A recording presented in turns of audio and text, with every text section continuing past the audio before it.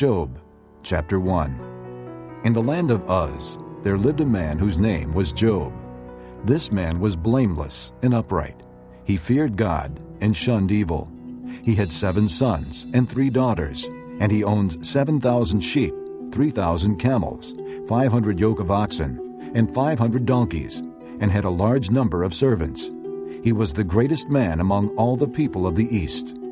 His sons used to take turns holding feasts in their homes, and they would invite their 3 sisters to eat and drink with them. When a period of feasting had run its course, Job would send and have them purified. Early in the morning he would sacrifice a burnt offering for each of them, thinking, "Perhaps my children have sinned and cursed God in their hearts." This was Job's regular custom. One day the angels came to present themselves before the Lord, and Satan also came with them. The Lord said to Satan, "Where have you come from?" Satan answered the Lord, "From roaming the earth and going back and forth in it." Then the Lord said to Satan, "Have you considered my servant Job? There is no one on earth like him. He is blameless and upright, a man who fears God and shuns evil." "Does Job fear God for nothing?" Satan replied, "Have you not put a hedge around him and his household and everything he has? You have blessed the work of his hands, so that his flocks and herds are spread throughout the land. But stretch out your hand and strike everything he has, and he will surely curse you to your face." The Lord said to Satan, "Very well, then, everything he has is in your hands, but on the man himself do not lay a finger." Then Satan went out from the presence of the Lord. One day when Job's sons and daughters were feasting and drinking wine at the oldest brother's house, a messenger came to Job and said, "The oxen were plowing and the donkeys were grazing nearby, and the Sabaeans attacked and carried them off. They put the servants to the sword, and I am the only one who has escaped to tell you." While he was still speaking, another messenger came and said, "The fire of God fell from the sky and burned up the sheep and the servants, and I am the only one who has escaped to tell you." While he was still speaking, another messenger came and said, "The Chaldeans formed 3 raiding parties and swept down on your camels and carried them off. They put the servants to the sword, and I am the only one who has escaped to tell you." While he was still speaking, yet another messenger came and said, "Your sons and daughters were feasting and drinking wine at the oldest brother's house, when suddenly a mighty wind swept in from the desert and struck the 4 corners of the house. It collapsed on them, and they are dead, and I am the only one who has escaped to tell you." At this, Job got up and tore his robe and shaved his head. Then he fell to the ground in worship and said, "Naked I came from my mother's womb, and naked I will depart. The Lord gave, and the Lord has taken away. May the name of the Lord be praised."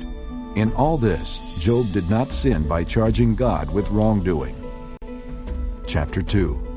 On another day, the angels came to present themselves before the Lord, and Satan also came with them to present himself before him.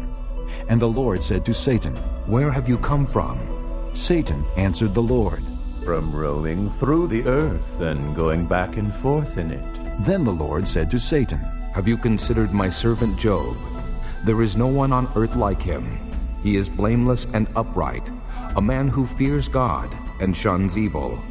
And he still maintains his integrity, though you incited me against him to ruin him without any reason." "Skin for skin," Satan replied. "A man will give all he has for his own life. But stretch out your hand and strike his flesh and bones, and he will surely curse you to your face." The Lord said to Satan, "Very well, then, he is in your hands, but you must spare his life." So Satan went out from the presence of the Lord and afflicted Job with painful sores from the soles of his feet to the top of his head. Then Job took a piece of broken pottery and scraped himself with it as he sat among the ashes. His wife said to him, "Are you still holding on to your integrity? Curse God and die." He replied, "You are talking like a foolish woman. Shall we accept good from God and not trouble?" In all this, Job did not sin in what he said. When Job's 3 friends, Eliphaz the Temanite, Bildad the Shuhite, and Zophar the Naamathite, heard about all the troubles that had come upon him, they set out from their homes and met together by agreement to go and sympathize with him and comfort him. When they saw him from a distance, they could hardly recognize him. They began to weep aloud, and they tore their robes and sprinkled dust on their heads. Then they sat on the ground with him for 7 days and 7 nights. No one said a word to him, because they saw how great his suffering was. Chapter 3. After this, Job opened his mouth and cursed the day of his birth. He said, May the day of my birth perish, and the night it was said a boy is born. That day, may it turn to darkness. May God above not care about it. May no light shine upon it. May darkness and deep shadow claim it once more. May a cloud settle over it. May blackness overwhelm its light. That night, may thick darkness seize it. May it not be included among the days of the year, nor be entered in any of the months. May that night be barren. May no shout of joy be heard in it. May those who curse days curse that day. Those who are ready to rouse Leviathan. May its morning stars become dark. May it wait for daylight in vain and not see the first rays of dawn.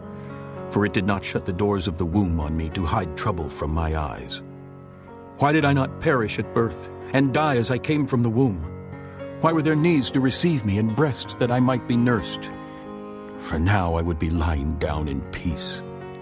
I would be asleep and at rest with kings and counselors of the earth, who built for themselves places now lying in ruins, with rulers who had gold, who filled their houses with silver.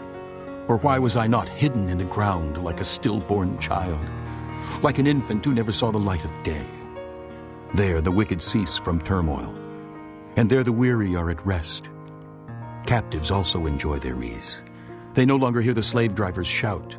The small and the great are there, and the slave is freed from his master.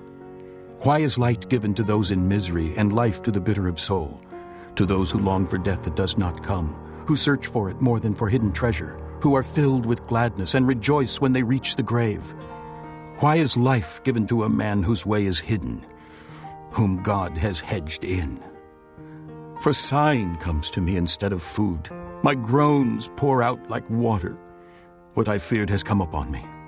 What I dreaded has happened to me. I have no peace, no quietness.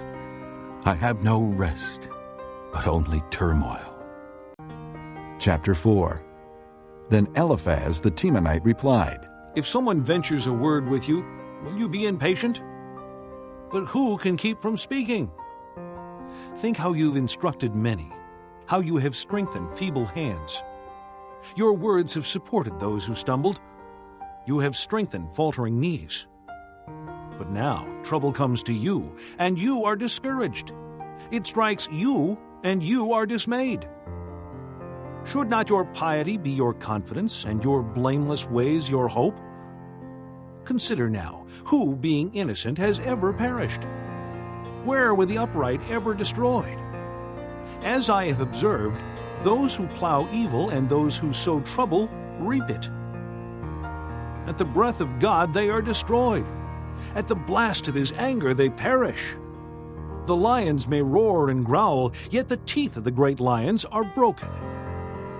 The lion perishes for lack of prey, and the cubs of the lioness are scattered. A word was secretly brought to me. My ears caught a whisper of it. Amid disquieting dreams in the night, when deep sleep falls on men, fear and trembling seized me and made all my bones shake. A spirit glided past my face, and the hair on my body stood on end. It stopped, but I could not tell what it was. A form stood before my eyes, and I heard a hushed voice, Can a mortal be more righteous than God? Can a man be more pure than his Maker? If God places no trust in his servants, if he charges his angels with error, how much more those who live in houses of clay, whose foundations are in the dust, who are crushed more readily than a moth? Between dawn and dusk they are broken to pieces. Unnoticed, they perish forever. Are not the cords of their tent pulled up so that they die without wisdom? Chapter 5. Call if you will, but who will answer you? To which of the holy ones will you turn? Resentment kills a fool, and envy slays the simple. I myself have seen a fool taking root, but suddenly his house was cursed. His children are far from safety, crushed in court without a defender. The hungry consume his harvest, taking it even from among thorns, and the thirsty pant after his wealth. For hardship does not spring from the soil, nor does trouble sprout from the ground. Yet man is born to trouble as surely as sparks fly upward. But if it were I would appeal to God. I would lay my cause before him. He performs wonders that cannot be fathomed, miracles that cannot be counted. He bestows rain on the earth. He sends water upon the countryside. The lowly he sets on high, and those who mourn are lifted to safety. He thwarts the plans of the crafty, so that their hands achieve no success. He catches the wise in their craftiness, and the schemes of the wily are swept away. Darkness comes upon them in the daytime. At noon they grope as in the night. He saves the needy from the sword in their mouth. He saves them from the clutches of the powerful. So the poor have hope, and injustice shuts its mouth. Blessed is the man whom God corrects. So do not despise the discipline of the Almighty. For he wounds, but he also binds up. He injures, but his hands also heal. From 6 calamities he will rescue you. In 7, no harm will befall you. In famine he will ransom you from death, and in battle from the stroke of the sword. You will be protected from the lash of the tongue, and need not fear when destruction comes. You will laugh at destruction and famine, and need not fear the beasts of the earth. For you will have a covenant with the stones of the field, and the wild animals will be at peace with you. You will know that your tent is secure. You will take stock of your property and find nothing missing. You will know that your children will be many, and your descendants like the grass of the earth. You will come to the grave in full vigor, like sheaves gathered in season. We have examined this, and it is true. So hear it, and apply it to yourself. Chapter 6. Then Job replied, If only my anguish could be weighed and all my misery be placed on the scales. It would surely outweigh the sands of the seas. No wonder my words have been impetuous. The arrows of the Almighty are in me. My spirit drinks in their poison. God's terrors are marshaled against me. Does a wild donkey bray when it has grass, or an ox bellow when it has fodder? Is tasteless food eaten without salt, or is there flavor in the white of an egg? I refuse to touch it. Such food makes me ill. Oh, that I might have my request, that God would grant what I hope for, that God would be willing to crush me, to let loose his hand and cut me off.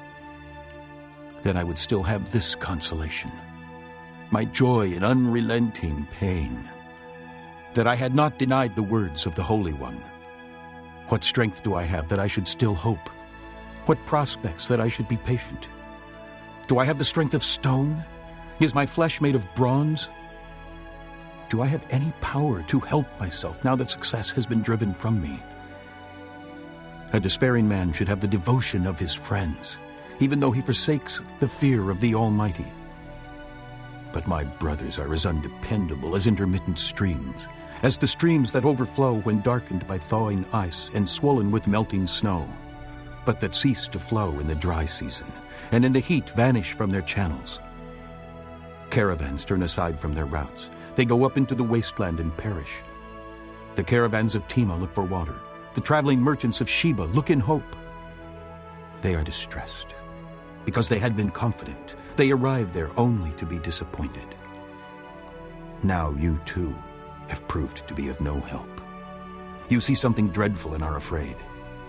Have I ever said, Give something on my behalf, pay a ransom for me from your wealth, deliver me from the hand of the enemy, ransom me from the clutches of the ruthless? Teach me, and I will be quiet.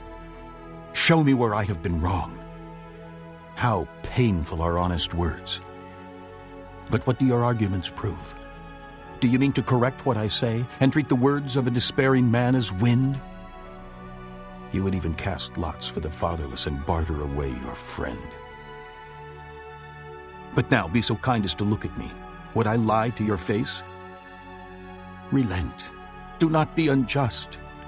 Reconsider, for my integrity is at stake. Is there any wickedness on my lips? Can my mouth not discern malice? Chapter 7. Does not man have hard service on earth? Are not his days like those of a hired man? Like a slave longing for the evening shadows, or a hired man waiting eagerly for his wages. So I have been allotted months of futility, and nights of misery have been assigned to me. When I lie down, I think, how long before I get up? The night drags on, and I toss till dawn. My body is clothed with worms and scabs. My skin is broken and festering. My days are swifter than a weaver's shuttle, and they come to an end without hope. Remember, O God, that my life is but a breath. My eyes will never see happiness again. The eye that now sees me will see me no longer. You will look for me, but I will be no more. As a cloud vanishes and is gone, so he who goes down to the grave does not return. He will never come to his house again. His place will know him no more. Therefore I will not keep silent. I will speak out in the anguish of my spirit. I will complain in the bitterness of my soul. Am I the sea or the monster of the deep that you put me under guard? When I think my bed will comfort me and my couch will ease my complaint, even then you frighten me with dreams and terrify me with visions, so that I prefer strangling and death rather than this body of mine. I despise my life. I would not live forever. Let me alone. My days have no meaning.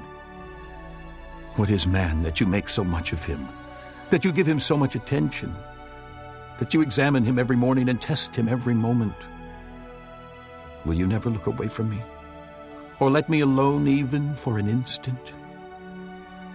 If I have sinned, what have I done to you, O watcher of men? Why have you made me your target? Have I become a burden to you? Why do you not pardon my offenses and forgive my sins? For I will soon lie down in the dust. You will search for me, but I will be no more. Chapter 8. Then Bildad the Shuhite replied, How long will you say such things? Your words are a blustering wind. Does God pervert justice? Does the Almighty pervert what is right? When your children sinned against him, he gave them over to the penalty of their sin. But if you will look to God and plead with the Almighty, if you are pure and upright, even now he will rouse himself on your behalf and restore you to your rightful place. Your beginnings will seem humble, so prosperous will your future be. Ask the former generations and find out what their fathers learned. For we were born only yesterday and know nothing, and our days on earth are but a shadow. Will they not instruct you and tell you? Will they not bring forth words from their understanding? Can papyrus grow tall where there is no marsh? Can reeds thrive without water? While still growing and uncut, they wither more quickly than grass. Such is the destiny of all who forget God. So perishes the hope of the godless. What he trusts in is fragile. What he relies on is a spider's web. He leans on his web, but it gives way. He clings to it, but it does not hold. He is like a well-watered plant in the sunshine, spreading its shoots over the garden. It entwines its roots around a pile of rocks and looks for a place among the stones. But when it is torn from its spot, that place disowns it and says, I never saw you. Surely its life withers away, and from the soil other plants grow. Surely God does not reject a blameless man, or strengthen the hands of evildoers. He will yet fill your mouth with laughter, and your lips with shouts of joy. Your enemies will be clothed in shame, and the tents of the wicked will be no more. Chapter 9. Then Job replied, Indeed, I know that this is true. But how can a mortal be righteous before God? Though one wished to dispute with him, he could not answer him 1 time out of 1,000. His wisdom is profound, his power is vast. Who has resisted him and come out unscathed? He moves mountains without their knowing it. He overturns them in his anger. He shakes the earth from its place and makes its pillars tremble. He speaks to the sun, and it does not shine. He seals off the light of the stars. He alone stretches out the heavens and treads on the waves of the sea. He is the maker of the Bear and Orion, the Pleiades and the constellations of the south. He performs wonders that cannot be fathomed, miracles that cannot be counted. When he passes me, I cannot see him. When he goes by, I cannot perceive him.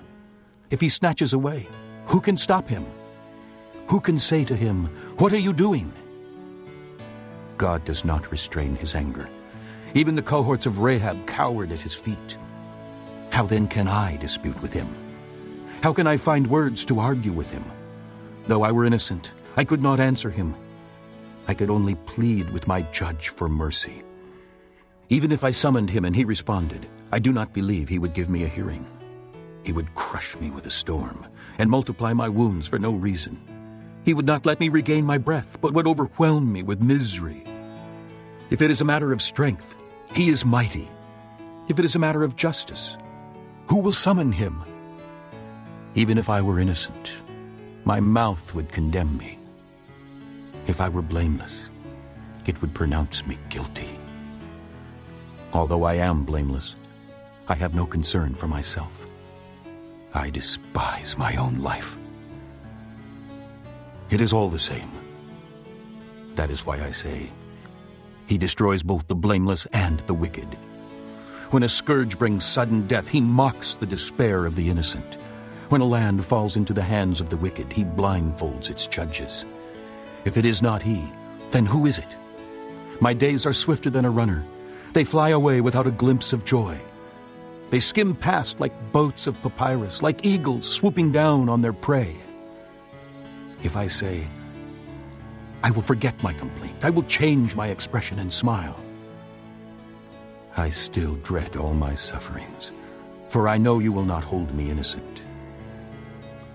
Since I am already found guilty, why should I struggle in vain?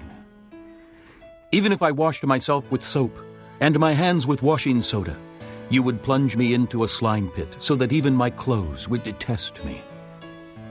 He is not a man like me that I might answer him, that we might confront each other in court. If only there were someone to arbitrate between us, to lay his hand upon us both. Someone to remove God's rod from me, so that his terror would frighten me no more. Then I would speak up without fear of him. But as it now stands with me, I cannot. Chapter 10. I loathe my very life. Therefore I will give free rein to my complaint and speak out in the bitterness of my soul. I will say to God, do not condemn me, but tell me what charges you have against me. Does it please you to oppress me, to spurn the work of your hands while you smile on the schemes of the wicked? Do you have eyes of flesh? Do you see as a mortal sees? Are your days like those of a mortal, or your years like those of a man, that you must search out my faults and probe after my sin? Though you know that I am not guilty, and that no one can rescue me from your hand. Your hands shaped me and made me. Will you now turn and destroy me? Remember that you molded me like clay.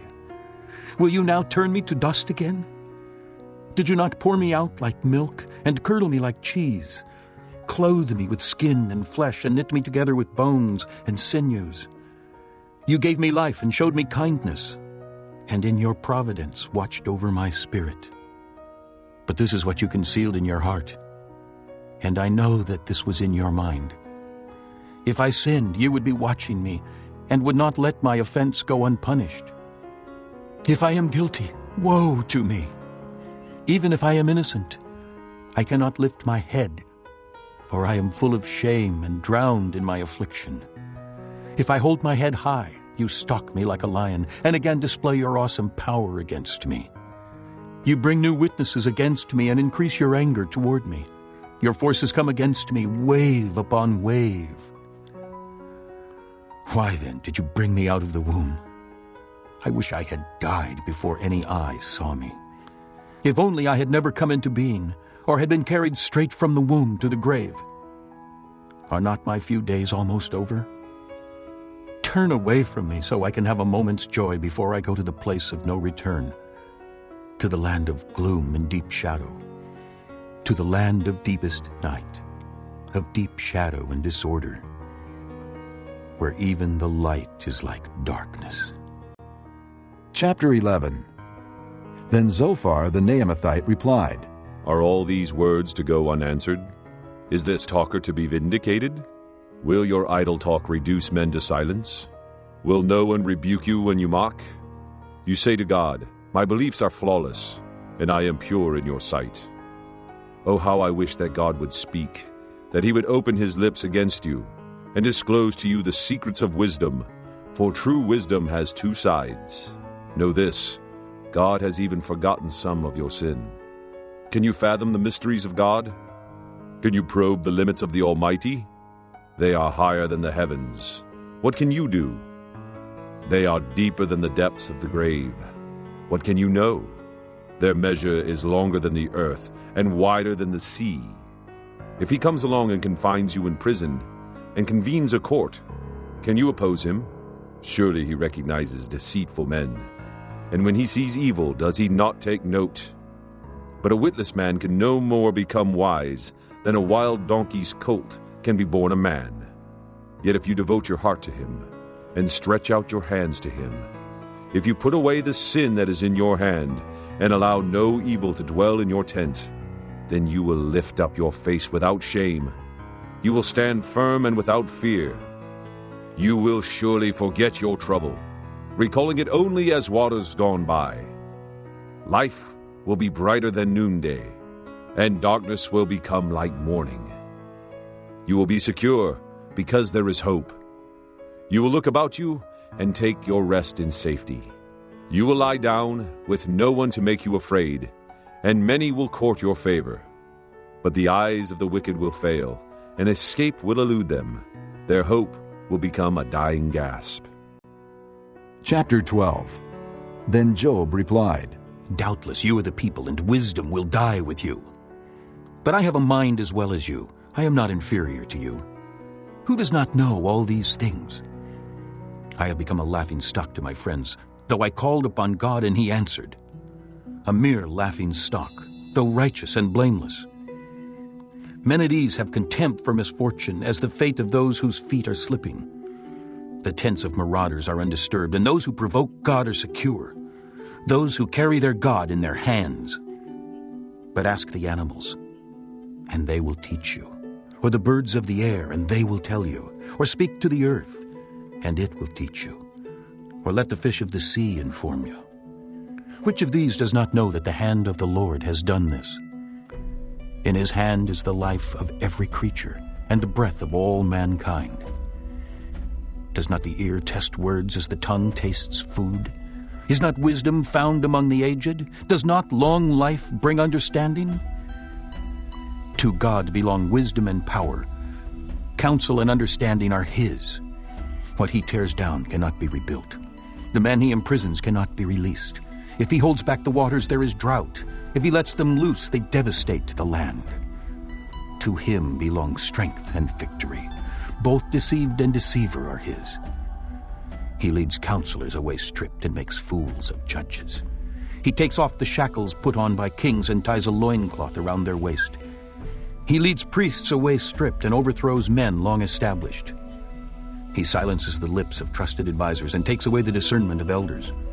He pours contempt on nobles and disarms the mighty. He reveals the deep things of darkness and brings deep shadows into the light. He makes nations great and destroys them. He enlarges nations and disperses them. He deprives the leaders of the earth of their reason. He sends them wandering through a trackless waste. They grope in darkness with no light. He makes them stagger like drunkards. Chapter 13. My eyes have seen all this. My ears have heard and understood it. What you know, I also know. I am not inferior to you. But I desire to speak to the Almighty and to argue my case with God.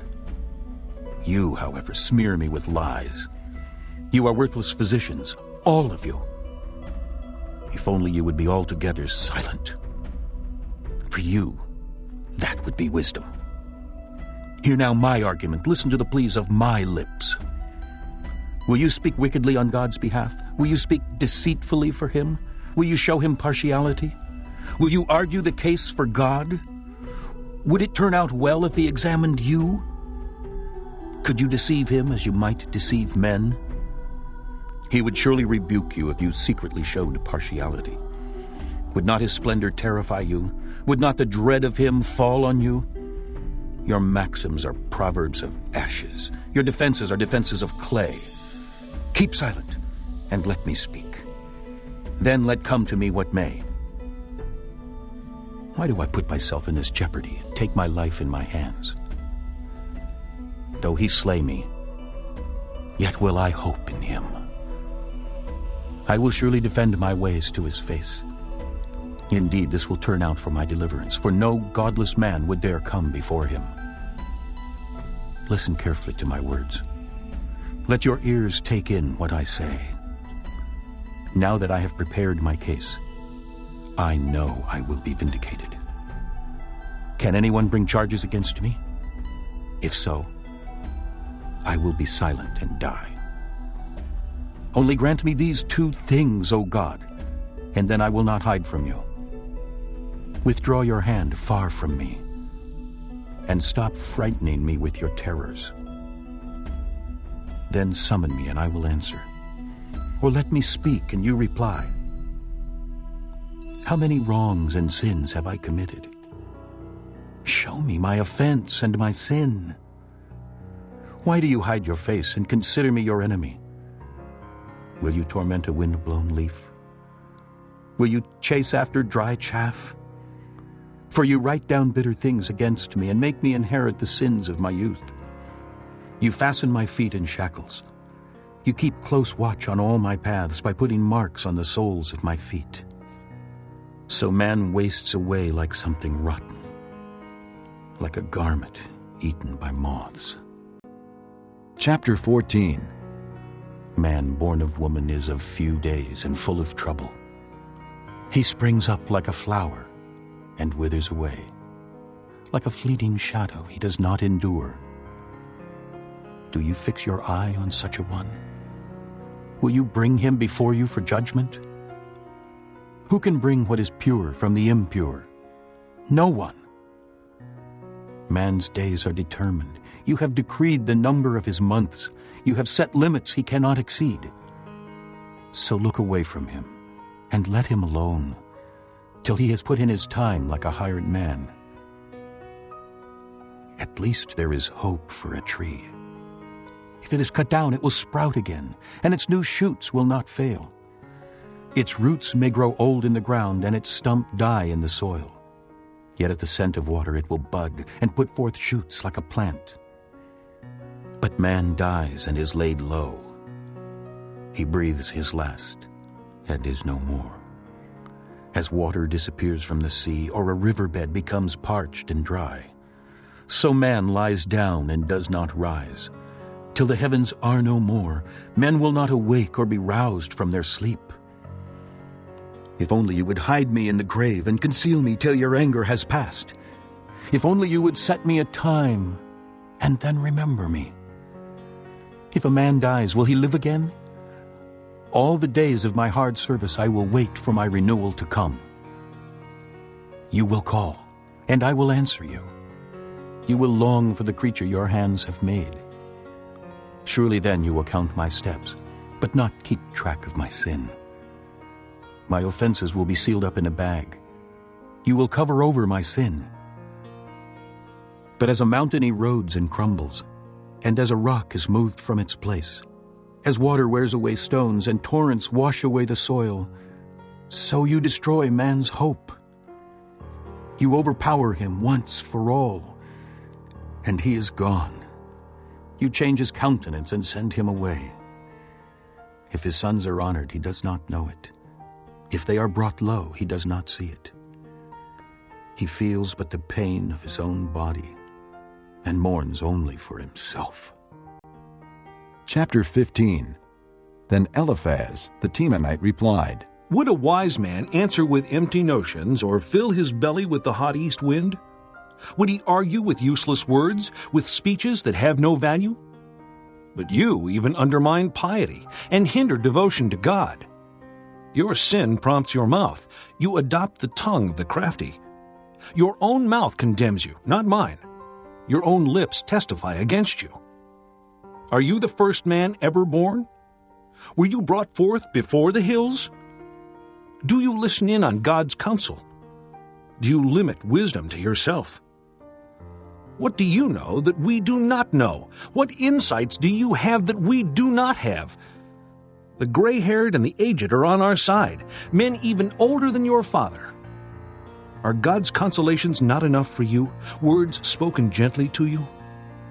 Why has your heart carried you away? And why do your eyes flash, so that you vent your rage against God and pour out such words from your mouth? What is man that he could be pure, or one born of woman that he could be righteous? If God places no trust in his holy ones, if even the heavens are not pure in his eyes, how much less man, who is vile and corrupt, who drinks up evil like water? Listen to me, and I will explain to you. Let me tell you what I have seen, what wise men have declared, hiding nothing received from their fathers, to whom alone the land was given when no alien passed among them. All his days the wicked man suffers torment, the ruthless through all the years stored up for him. Terrifying sounds fill his ears. When all seems well, marauders attack him. He despairs of escaping the darkness. He is marked for the sword. He wanders about, food for vultures. He knows the day of darkness is at hand. Distress and anguish fill him with terror. They overwhelm him like a king poised to attack, because he shakes his fist at God and vaunts himself against the Almighty, defiantly charging against him with a thick, strong shield. Though his face is covered with fat and his waist bulges with flesh, he will inhabit ruined towns and houses where no one lives, houses crumbling to rubble. He will no longer be rich, and his wealth will not endure, nor will his possessions spread over the land. He will not escape the darkness. A flame will wither his shoots, and the breath of God's mouth will carry him away. Let him not deceive himself by trusting what is worthless, for he will get nothing in return. Before his time he will be paid in full, and his branches will not flourish. He will be like a vine stripped of its unripe grapes, like an olive tree shedding its blossoms. For the company of the godless will be barren, and fire will consume the tents of those who love bribes. They conceive trouble and give birth to evil. Their womb fashions deceit. Chapter 16. Then Job replied, I have heard many things like these. Miserable comforters are you all. Will your long-winded speeches never end? What ails you that you keep on arguing? I also could speak like you, if you were in my place. I could make fine speeches against you and shake my head at you. But my mouth would encourage you. Comfort from my lips would bring you relief. Yet if I speak, my pain is not relieved. And if I refrain, it does not go away. Surely, O God, you have worn me out. You have devastated my entire household. You have bound me, and it has become a witness. My gauntness rises up and testifies against me. God assails me and tears me in his anger and gnashes his teeth at me. My opponent fastens on me his piercing eyes. Men open their mouths to jeer at me. They strike my cheek in scorn and unite together against me. God has turned me over to evil men and thrown me into the clutches of the wicked. All was well with me, but he shattered me. He seized me by the neck and crushed me. He has made me his target. His archers surround me. Without pity, he pierces my kidneys and spills my gall on the ground. Again and again, he bursts upon me. He rushes at me like a warrior. I have sewed sackcloth over my skin and buried my brow in the dust. My face is red with weeping. Deep shadows ring my eyes. Yet my hands have been free of violence, and my prayer is pure. O earth, do not cover my blood. May my cry never be laid to rest. Even now my witness is in heaven. My advocate is on high. My intercessor is my friend as my eyes pour out tears to God. On behalf of a man, he pleads with God as a man pleads for his friend. Only a few years will pass before I go on the journey of no return. Chapter 17. My spirit is broken. My days are cut short. The grave awaits me. Surely mockers surround me. My eyes must dwell on their hostility. Give me, O God, the pledge you demand. Who else will put up security for me? You have closed their minds to understanding. Therefore you will not let them triumph. If a man denounces his friends for reward, the eyes of his children will fail.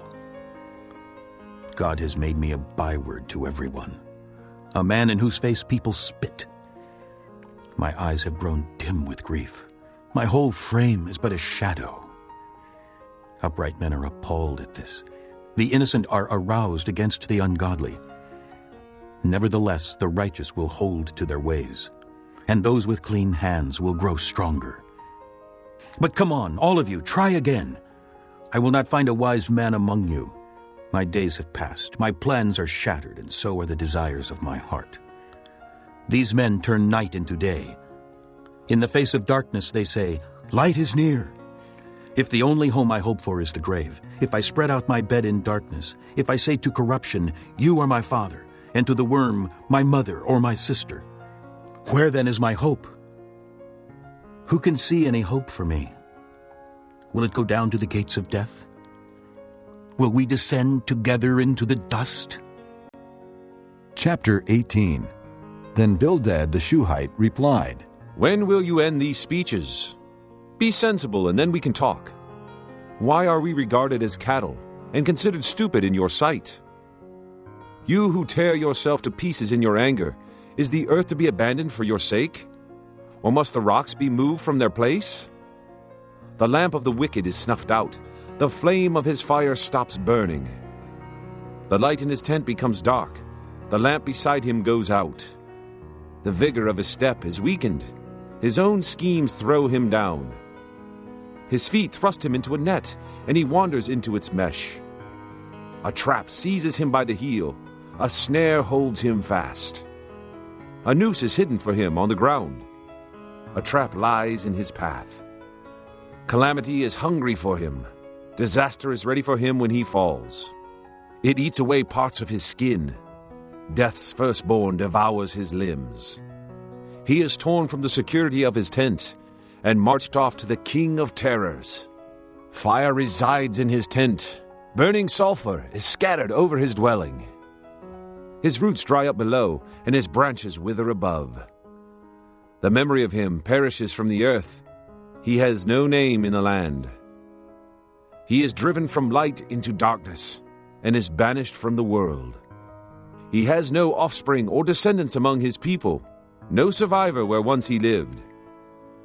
Men of the West are appalled at his fate. Men of the East are seized with horror. Surely such is the dwelling of an evil man. Such is the place of one who knows not God. Chapter 19. Then Job replied, How long will you torment me and crush me with words? 10 times now you have reproached me. Shamelessly you attack me. If it is true that I have gone astray, my error remains my concern alone. If indeed you would exalt yourselves above me and use my humiliation against me, then know that God has wronged me and drawn his net around me. Though I cry, I have been wronged, I get no response. Though I call for help, there is no justice. He has blocked my way so I cannot pass. He has shrouded my paths in darkness. He has stripped me of my honor and removed the crown from my head. He tears me down on every side till I am gone. He uproots my hope like a tree. His anger burns against me. He counts me among his enemies. His troops advance in force. They build a siege ramp against me and encamp around my tent. He has alienated my brothers from me. My acquaintances are completely estranged from me. My kinsmen have gone away. My friends have forgotten me. My guests and my maidservants count me a stranger. They look upon me as an alien. I summon my servant, but he does not answer, though I beg him with my own mouth.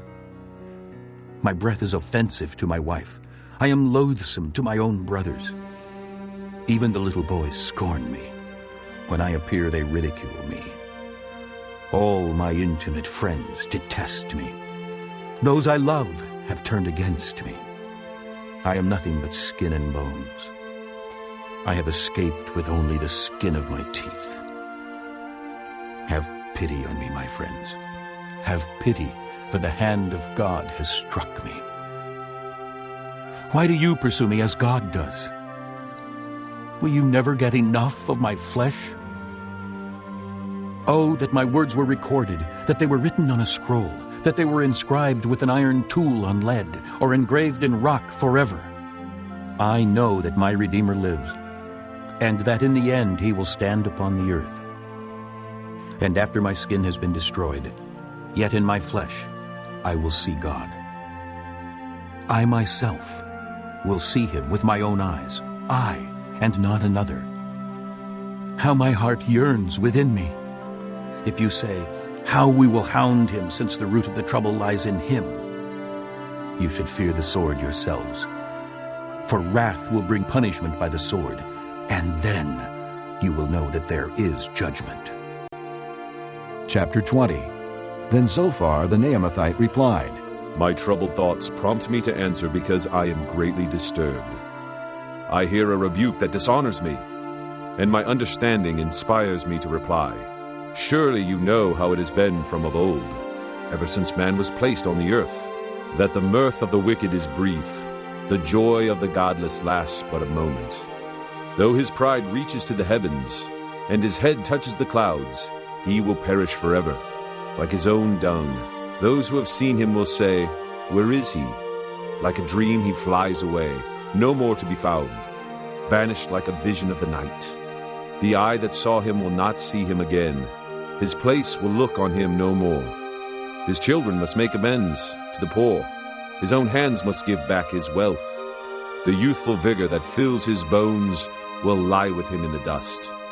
Though evil is sweet in his mouth, and he hides it under his tongue, though he cannot bear to let it go, and keeps it in his mouth, yet his food will turn sour in his stomach. It will become the venom of serpents within him. He will spit out the riches he swallowed. God will make his stomach vomit them up. He will suck the poison of serpents. The fangs of the adder will kill him. He will not enjoy the streams, the rivers flowing with honey and cream. What he toiled for, he must give back uneaten. He will not enjoy the profit from his trading. For he has oppressed the poor and left them destitute. He has seized houses he did not build. Surely he will have no respite from his craving. He cannot save himself by his treasure. Nothing is left for him to devour. His prosperity will not endure. In the midst of his plenty, distress will overtake him. The full force of misery will come upon him. When he has filled his belly, God will vent his burning anger against him and rain down his blows upon him. Though he flees from the iron weapon, a bronze-tipped arrow pierces him. He pulls it out of his back, the gleaming point out of his liver. Terrors will come over him. Total darkness lies in wait for his treasures. A fire unfanned will consume him and devour what is left in his tent. The heavens will expose his guilt. The earth will rise up against him. A flood will carry off his house, rushing waters on the day of God's wrath. Such is the fate God allots the wicked, the heritage appointed for them by God. Chapter 21. Then Job replied, Listen carefully to my words. Let this be the consolation you give me. Bear with me while I speak, and after I have spoken, mock on. Is my complaint directed to man? Why should I not be impatient? Look at me and be astonished. Clap your hand over your mouth. When I think about this, I am terrified. Trembling seizes my body. Why do the wicked live on, growing old and increasing in power? They see their children established around them, their offspring before their eyes.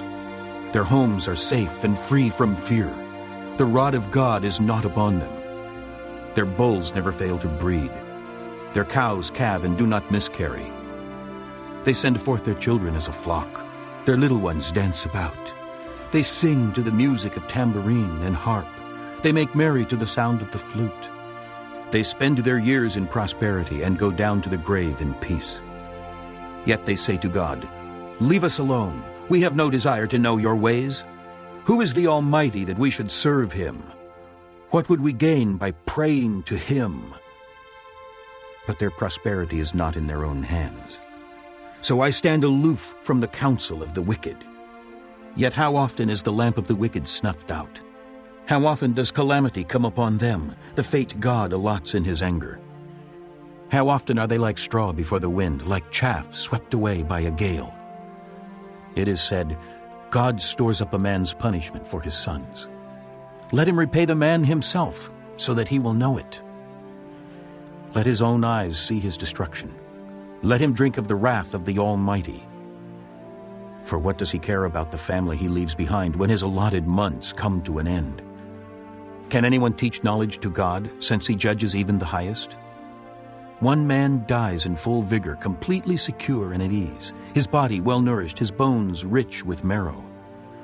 Another man dies in bitterness of soul, never having enjoyed anything good. Side by side they lay in the dust, and worms cover them both. I know full well what you are thinking, the schemes by which you would wrong me. You say, "Where now is the great man's house, the tents where wicked men lived?" Have you never questioned those who travel? Have you paid no regard to their accounts? That the evil man is spared from the day of calamity, that he is delivered from the day of wrath. Who denounces his conduct to his face? Who repays him for what he has done? He is carried to the grave, and watch is kept over his tomb. The soil in the valley is sweet to him. All men follow after him, and a countless throng goes before him. So how can you console me with your nonsense? Nothing is left of your answers but falsehood.